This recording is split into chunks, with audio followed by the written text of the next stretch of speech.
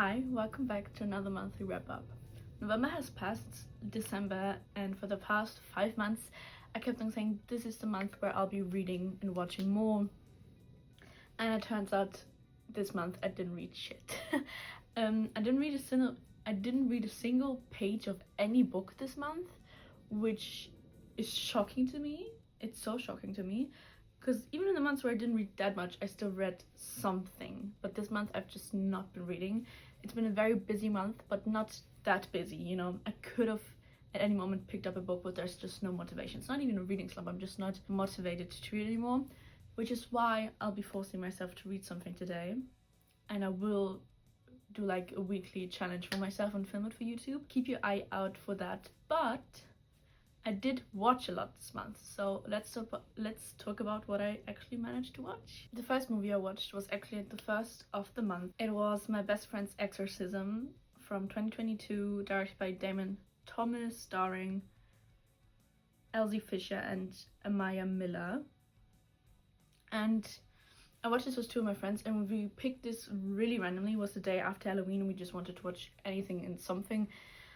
And we went into this knowing it was probably not going to be that good, but it really was shocking how not good it was. To my knowledge, this is based on a book, and actually, if it's the right book I have in mind, which I think it is, it's this one. And I've had this on my wish list for so long. I've heard such great things about this. It's like supposed to be really like campy and slasher summer vibes, and this movie was just not that at all. The script was really bad, and sadly it wasn't even entertaining, because I like bad movies if they're entertaining, but it just was neither of those. I rated this 1.5 stars. I would maybe even give it just 1 star. Funny maybe, but it's just overall was really fucking weird movie. And I'm really interested to hear if it's anywhere close to the book adaptation, like to the book that it's based on, because I heard so much great things about this, and if it's like actually a good adaptation, I'm like so confused why everyone loves that book. If you've read it, please let me know, and if you watched the movie too, please let me know, because I was actually really interested in reading the book before I watched this, and now I'm just like, what the hell. It was like so on the nose and cliche, and sadly just not entertaining at all. The only funny bits were like the guy who did the exorcism was like so crazy, and not in a good way, but it was funny. And we have a very strong contrast to the next movie, because the next movie is maybe my favorite movie of the year, and it's Frankenstein. This is obviously from this year. Guillermo del Toro, Oscar Isaac, Jacob Elordi, Christoph Waltz, Mia Goth. It's just such a brilliant cast. I'm so sad they did not do a theatrical release in Germany, because I would have loved to see this on the big screen. But Guillermo del Toro absolutely smashed it. I love Frankenstein, the book, so much. I've read it a couple of times. I do want to reread it soon. Maybe that will get me out of my reading slump. I absolutely love this. Gothic romance is so back. Give me all the dark gothic winter tales you can give me. They're so gorgeous. So happy with how Guillermo, I'm not shocked by how well he adapted it. I was just shocked how beautiful it was. Literally, you could have stopped at any single scene and would have looked gorgeous. And what I am shocked by is Jacob Elordi. I've seen him in most of his projects, and well, I knew he could act, but this type of acting is so difficult, and not everyone can do it. He did absolutely wonderful. I've never been so shocked by a performance, because you could recognize him, but you couldn't recognize him, if you know what I mean.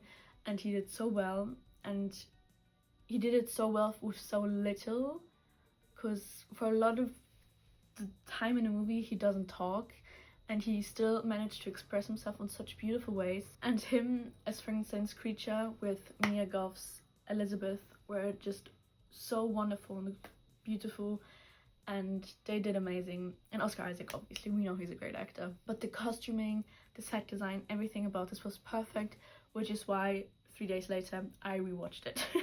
And I will be rewatching it some more. I then rewatched another movie, which was Wicked, because my best friend wanted to see it, and also because the second part was about to come out. There's not a lot to say about Wicked. It came out last year, directed by John M. Chu, starring Ariana Grande, Cynthia Erivo. We all know I like Wicked. It's not my favorite musical, but I think they did a wonderful job. They're so talented. I mostly am a Wicked enjoyer for the Gelfie of it all. If you don't know what Gelfie is, that's the shipping of Glinda and Elphaba. and I truly believe they're lesbians, so that's why I'm watching that movie. I'll talk about the second one in a bit, but I rewatched that. Then I rewatched Next to Normal, the pro shot of it. Next to Normal is a musical. It stars, directed by Austin Shaw, Tom Kidd, many talented people. Cast as Cassie Levi, Jamie Parker, Jack Wolf, and Eleanor Worthington Cox. And Next to Normal is basically a musical about a family and about how the mental health from certain family members can impact the entire family, and just dealing with grief and trauma and all of that in a very modern retelling. Huge fan. This is like one of the most heartbreaking musicals I've ever seen. Then I watched a play. How I got access to this play, no one's sure now. I'm not going to say much about it because I feel like it's not fair to talk about it because I didn't actually see it in person, so I'm just going to talk around it. This play stars Sadie Sink, who is also known as Max Mayfield in Stranger Things, which is not on this list, but I did also rewatch Stranger Things before the new season came out. I think it might be from Kimberly Bellflower, but yeah, okay, yeah, I'm right. It was so great. It basically surrounds the Me Too movement, but also being a young girl in a very male-dominating world. A lot about female friendship and girlhood and what being there for one another does. And it was so beautiful. I cried, and truly everyone who made fun of Sadie's character dancing to Lord deserves to go to hell, because that was the most beautiful thing I've ever seen. Then I went to the cinema to basically go to this, I don't know if everyone has it, so I'm just going to explain it. It was called a cult sneak, and it's just where they show cult-like movies, not cult as in cult, but cult as in like classics, and you don't know which one you're watching until you're in the cinema. And it turns out it was not the greatest movie I've seen, but it's still, I think it's good that I watched it. And it was The Big Lebowski from 1998, directed by Joel Cohen, starring Jeff Bridges, John Goodman, Julianne Moore, Steve Buscemi, and Philip Seymour Hoffman, which was crazy. Which was even crazier was that David Thewlis is in this for like 2 minutes maybe. But yeah, The Big Lebowski, if you don't know about it, because I also didn't know about it. I knew about it, but I didn't know about it at all. It's about this character called The Dude, who is just this very stereotypical chill guy from LA who goes through like really crazy things and is just really nonchalant about it. He's like really the nonchalant guy. This was very much so made for men, and you could tell. The jokes are very for men, and just the general vibe just really wasn't my vibe, but I can see how so many people like it and how it became a classic in film. It's just not my type of movie. I think Steve Buscemi, I think that's how you say his name, is like always so hilarious, and he has such a silent role in this, but he's so funny. And I love him in a lot of other movies. I don't think I wasted my time, but a friend and I that went to see it, we both went like, if we would have started this at home, we would have turned it off, because it felt so long and so slow paced, but there was also so much happening. But this just, I don't know, it just really wasn't my type of movie.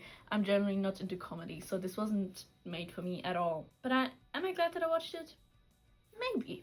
I rated it 2 out of 5. It's not like the worst movie I've ever seen, but it definitely, I would have preferred another one maybe. And then literally a few days after that, I went to the cinema to watch Wicked for Good 2025, directed by John M. Chu, starring all the similar suspects that I mentioned earlier. Surprisingly, I like this way more than the first one. Like I said, I was like not like a huge fan, but I did like the first one. But I was really surprised about how much more I liked the second one. Both of them still not a 5-star. The second one was definitely a 4.5. I really liked it. I cried a bunch.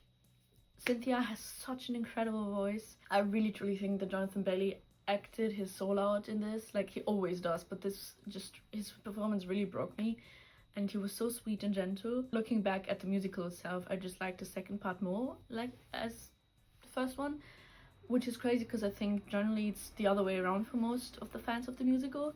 But I don't know, there's just something about like, there's like such incredible songs obviously on both, but I just lean towards the second part more, if that makes sense.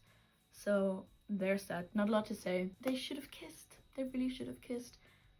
And I do think they loved each other. They just, you know, times being what they are, harder and getting harder all the time.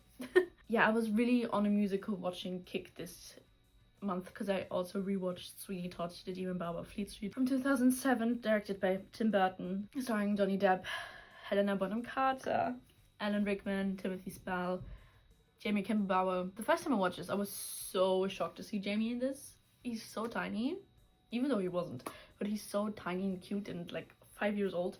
He's not. And I know that he does music, but I'd never seen him sing in a movie, so I was really surprised. I rewatched this with my mom because she had never seen it and she loves a lot of these actors. I really like it. It's like such a fun musical and it's so dark and twisted, and I just love Helena and everything she does. I think I would really love to see it live one day because I think it is even more scary and like eerie in real life probably. I just really love a lot of these songs. The last time I watched this, I rated it a 3 stars. I think I'll maybe give it a 3.5 now. It's just a very classic, good musical. Nothing crazy, but I love Tim Burton and anything he does. So that's it. I feel like this. I've said this a lot in the last months because I've, like I said, not been reading or watching that month, and I keep on saying I think this one will be the shortest wrap up, but I think this one will be it because I didn't even get a chance to talk about any book. But let's hope I change it for December, because I will, after I finish filming, force myself to read some more. Please let me know if you watched any of these. Normally I say read or watched, but please let me know if you watched any of these, the ones that you're not supposed to see. And yeah, let me know what your favorites of the month were, what you can recommend to me. Thanks for watching and see you in the next one. Bye bye.